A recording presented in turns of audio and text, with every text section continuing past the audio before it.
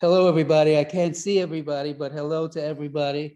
And thank you for being interested in the work that we're doing. What I'd like to do, what I'd like to do is, after you saw that piece, give you a little bit of the history of how we got there. That was the last piece that we did before the pandemic stopped a lot of our work. And we're now beginning again on a new process, on a new project, where we will from now on only be working with children. And I'll come back to that at the end of this, but I thought it would be interesting just to give you a brief history of how we got there and what and how we started. One of the things that you should know is that I have always felt that the actor is the good actor, the really fine actor, is a kind of a scientist, a social scientist, a development scientist, that the rehearsal process of the theater is a hugely powerful way to investigate conflict, to try to mediate it, to try to understand it. Because actors are always in conflict and they're searching for conflict and they understand conflict and they know how deeply they have to go in themselves. So about 20 years ago, right around when the Twin Towers were hit in New York, I pretty much decided that I wanted to leave the work that I was doing in film and television and commercial theater and come to and do something bigger and do something that had more impact, more reality impact than just entertaining or drama. And it was suggested to me that I do something after the Twin Towers, that I do something about forgiveness. And it was suggested that I look into the Truth Commission, the Truth and Reconciliation Commission in South Africa. And I looked into it. I think what people were wanting me to make a piece about was forgiveness, but quite honestly, I didn't know how to do that. I myself was never a big fan of forgiveness. I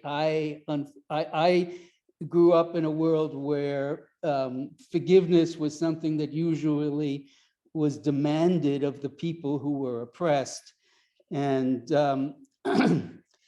it was a one-sided thing. It was still a power move on people's part. And I didn't quite, I grew up on the streets of New York. And when you grow up on the streets of New York, you have a hard time forgiving because the next day something's going to happen to you again. So in the beginning, I couldn't quite figure out how to do that. When I learned about the Truth Commission, I was astonished because this was the time when right after the Twin Towers were hit, where everything started to go in another direction. And I really couldn't find a way to do anything about forgiveness because of the way I felt about it. But when I saw the Truth Commission and when I started researching the Truth Commission, and we went to South Africa and spent hours and hours and days, we interviewed 350 people, and we met all the people from every side of the battle and the conflict. And what I began to realize is that South Africa had done something that nobody else in the world had ever done, that they had actually told or tried to tell the truth about their history. And that process was such a powerful process that I wanted to bring a piece like that back to my own country, because I was very angry at my own country and the way it was functioning. But I thought that if I could bring back something like this, it would give some hope to some people. But I still could not figure out how to do it. And one day I was reading a book by Alex Borain, who was one of the chairman of the Truth Commission. And one day he said, I'm going to go out today to buy to buy some flowers for one of the translators, for one of the interpreters. And I said, there it is. There's the connection with theater, translation. These people who translated in South Africa, they translated in the first person. I did this, I did that. This was done to me. They broadcast over 11 different languages in South Africa on the radio and on television. It seemed to me that the story should be told by the translators, because the real dramatic question there is our dramatic question also, and mine too. What would happen if you cannot turn away? We see atrocities all around us, but we always find a way to turn away. We can be having breakfast in the morning and eating and see a picture of a child starving someplace, and all we have to do is close the magazine. And we don't have to look at the picture anymore, so we can finish eating. I want to know, is it possible to say, I will never turn away and still survive? Can you do that? And it seemed that the translators did. We went down there, we interviewed the translators, and out of the experience of the translators, who had to sit between victim and oppressor, between killer and my child was just killed. They had to use the phrases and the words. They had to translate the very words of the people. And in translating the very words of the people, they had a responsibility of translating the souls of these people and the honesty of these people. That's very difficult. It's very, very difficult, because in a place like the world where cultures are so different, in South Africa, there were 11 different cultures, which means that if a man can tell a story and take 1/2 hour to tell that story, and the only thing he really said was, I got up in the morning, I went on a trip, and I arrived.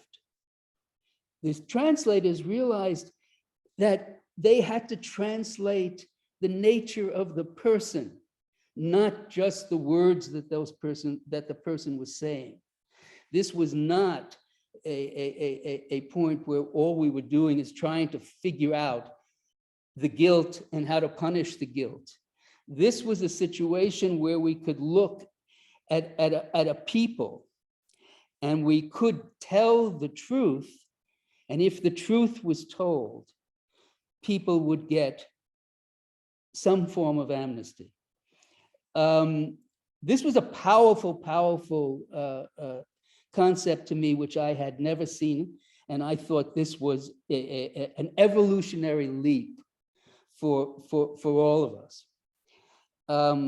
It turned out in the work here that the improvisational work that they did, these were people who could have been looking at each other down the barrel of a gun 10 years before we were starting rehearsals. These were people that came together on a stage, and what we wanted was, how can we create a story? How can they create a story that they all agree to?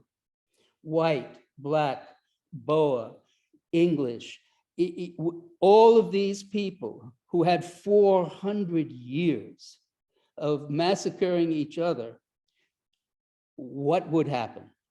Well, the show, these actors began to teach me something I hadn't seen before. All my life, I had done theater mainly from a script.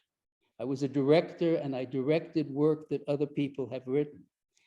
These people were some of the best improvisational actors I have ever seen. They created a world between themselves where the rehearsal, in a sense, was reconciliation by itself. We realized that forgiveness is such a complex word, you have to redefine it. We're still trying to find a way to redefine it that made it work. I'll give you, and incidentally, one of the things that we began to realize is that you have to open a show in another country, not in the same country that the show was born in, because you need to go outside and get the reaction of the outside world, because you are so nervous about your own people turning on you. And this was something we found throughout a lot of the work we did. This show was very successful. We toured for a long time, and we opened in Rwanda.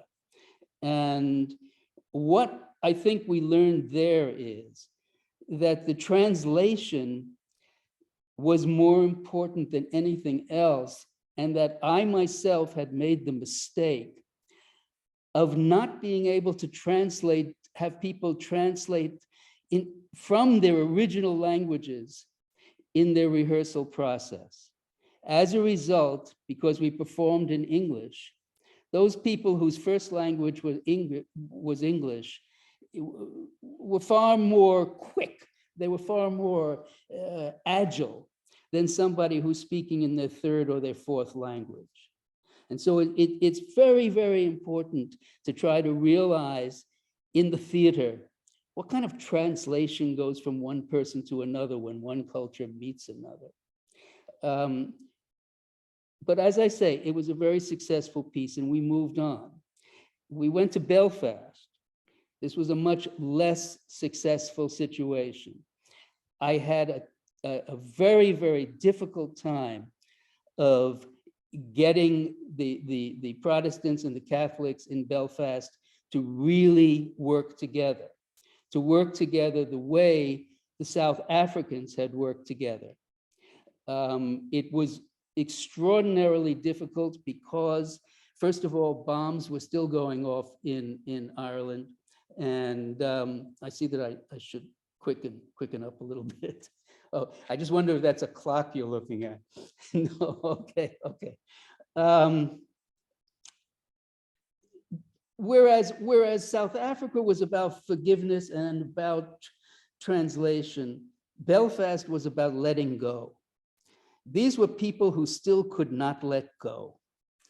For months, and we kept on going back every year. We would go back to try to keep creating this story. And I kept on failing. I could not get the story. They had what I like to call, or I don't like to call, treasured wounds. Wounds that they use to treasure their own identity. So it's hard to break away from it. Humor works in a different way. There's always a hatred on stage. There's always a mistrust on stage. There was no way I seemed to be able to get through that. Finally, I had to say, I don't understand why we can't let go as theater people here. And I finally had to say, okay, listen, if you won't do it with each other on stage, I want you to all go off and write something about what you're thinking about what your feeling is. They all came back and they had many, many, many stories. But the people who saved the production were two young kids. They were younger than all the other actors. The one boy created a piece about himself playing one of those electronic games in order to commit suicide. It turns out that in Belfast, after the peace accord, when all the guns had been laid down, the suicide rate of young boys doubled. Secondly, the pregnancies of teen women went up about 40%. What was happening to those children was something that had never come up in the show until these kids brought it up. All of a sudden, I asked the adults, I said, Is this true? And they said, yes, that's always true, but we never really get around to talking about that. I said to them, what is it about? And the young boy again came up with an improvisation where he attacked his father for giving back his guns. What was happening there? What was happening there is that the boys' fathers were all heroes, and now there was nothing for them to be heroic about. It was almost like Heracles coming back from his 10 labors or 12 labors, whatever it is. What that anger was going to cause more violence. The women, why did these young women why was pregnancy something that they chose? Because the culture there only had respect for a woman that has a child. The culture there was killing them. Well, once these two kids started talking about it, the entire cast said, okay, we can play with this. I'm not saying we solved their hatred of each other or their mistrust of each other, but they worked together as actors. When actors work together, they share much, much more than what adults usually share when they think they're working together. Because actors have to share on a different level. They have to expose on a different level. The kids saved our show. They absolutely saved our show. Which brings us back to Cambodia, which was one of the finest experiences I've ever had in my life. If I had to say, where was the last time that you worked with your greatest company of actors? It was these kids from the streets of Battambang, Cambodia, who came in and created a way of telling their own story. The South African thing was about translation and forgiveness. The Belfast thing was about hero worship and how to break through and let go. And the Cambodian piece became about compassion.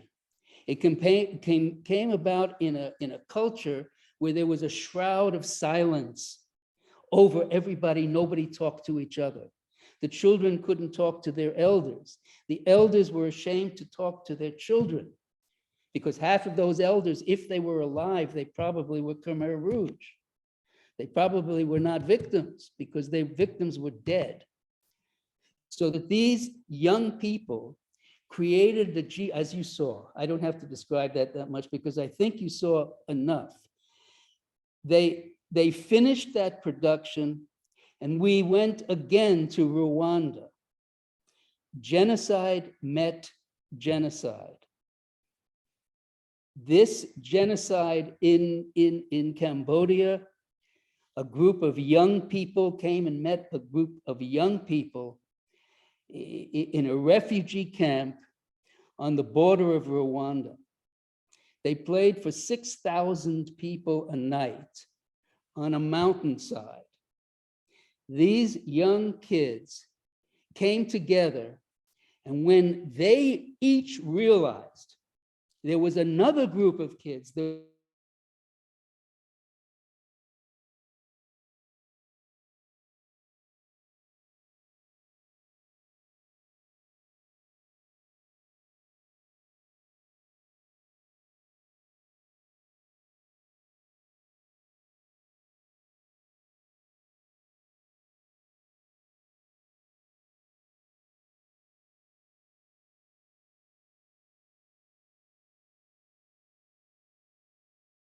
it said, oh, okay.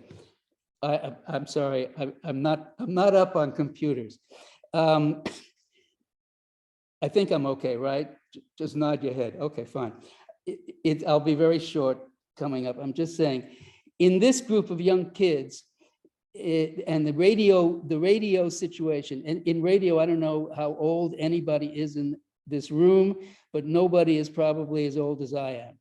And I grew up where radio was where I heard all the stories. There was no television. There were movies you went to very rarely.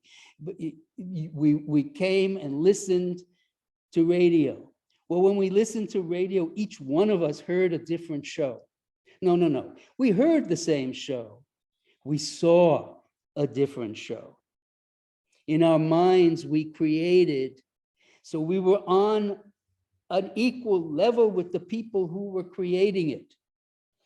It was our imagination that was contributing as much to that production as children, as the people who were making the production in the first place. So now I've decided, and we're very excited about it. If we can create ensembles of children who can create their own stories as a group, not just telling their individual stories, because that's something which is wrong with us at the present time. We're too much individuals. We are too much feeling that we are entitled to our own treasured wounds. So much that is more important to us than sharing the drive to help everybody at the same time, to fight for the same thing at the same time. Children have not yet lost their imagination. In Cambodia, one very important, wonderful man said to me, Michael, be very careful. These children are afraid of imagination. They are afraid of their own imagination. I said, okay, through theater, I think we can fix that. And they did it more than anything else. They used their imagination to put themselves in the souls, the bodies, and the shoes of their ancestors, of their elders. In so doing, they created a show that the elders watched and said, thanks, I can now talk to you again. Families talk to each other. They showed this show to the Khmer Rouge people who said, yes, that's how bad it was. They got it. They understood it. What did these kids have in common? When they were a circus company. They had never acted in their life. We worked with them. They became actors. But as a circus company, what did they have that nobody else had? They had each other's back. You don't throw somebody 30 feet up in the air and catch them without having everybody's back. They were constantly, magically aware of each other in every single thing they did. This is the spirit and the soul of theater that I believe in. The ensemble is a bit of magic. When people begin to sense each other in the journey, and if that journey is to correct things, if that journey is to make change, they have to hold on to their imagination. So that's what I want to do with kids. I want kids sharing stories across borders, across the world.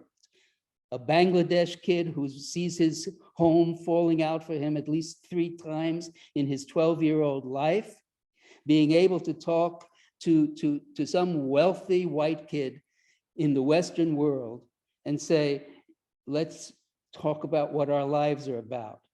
Well, as children, they can do that as long as they're not adulterated by the adults. So basically, we want to do this under the radar for a while, and we're going to create little radio ensemble units with children. Children teach themselves. You might write down, because I know I got to leave soon. You write down that there was an experiment done in India called the hole in the wall experiment. It is one of the most important, in my opinion, it is one of the most important experiments done in the longest while. It just says that children can teach each other far better under most circumstances than adults. As an ensemble, sort of like an indigenous set of of perceptions. There are perceptions going on where as an ensemble, you sense each other in such a way. Children have that. Let's protect them from losing it. Because as we try to overprotect them by telling them to avoid things, we have to come back to the theater where nothing is avoided in a rehearsal, where rehearsal itself is the reality. The performance is not. The rehearsal is the reality, where a group of people come together and find a way of doing things almost like a flock of birds in flight. They're not thinking about all the issues. They're not figuring out who's the leader and who's not. It just happens. And when that just happens, that is probably one of the most glorious elements of theater. It's happened to me in my life maybe about 7 times, and I'm 81 years old. So it doesn't happen that often. And that's about all we have time for, but I hope this gives some sense of what the power of theater could be, and what is the power of the instrument of the actor. For me, the actor is the one artist that uses every element of their body and every element of their sensibility at every moment for every element of awareness at every moment that they are on stage and every moment they're in rehearsal. Think about that for a while. If we all could do that, and I think children do, because you watch your children now, and you will see that they respond to everything around them. They don't walk, we haven't put the blinders on them yet. Let's protect them, and let's have a new generation grow up that might be able to create a civil society that we need to have. For me, an ensemble is the ideal civil society, and that's, I guess, all sorry I went over, I think I went over, but I did go over, my apologies.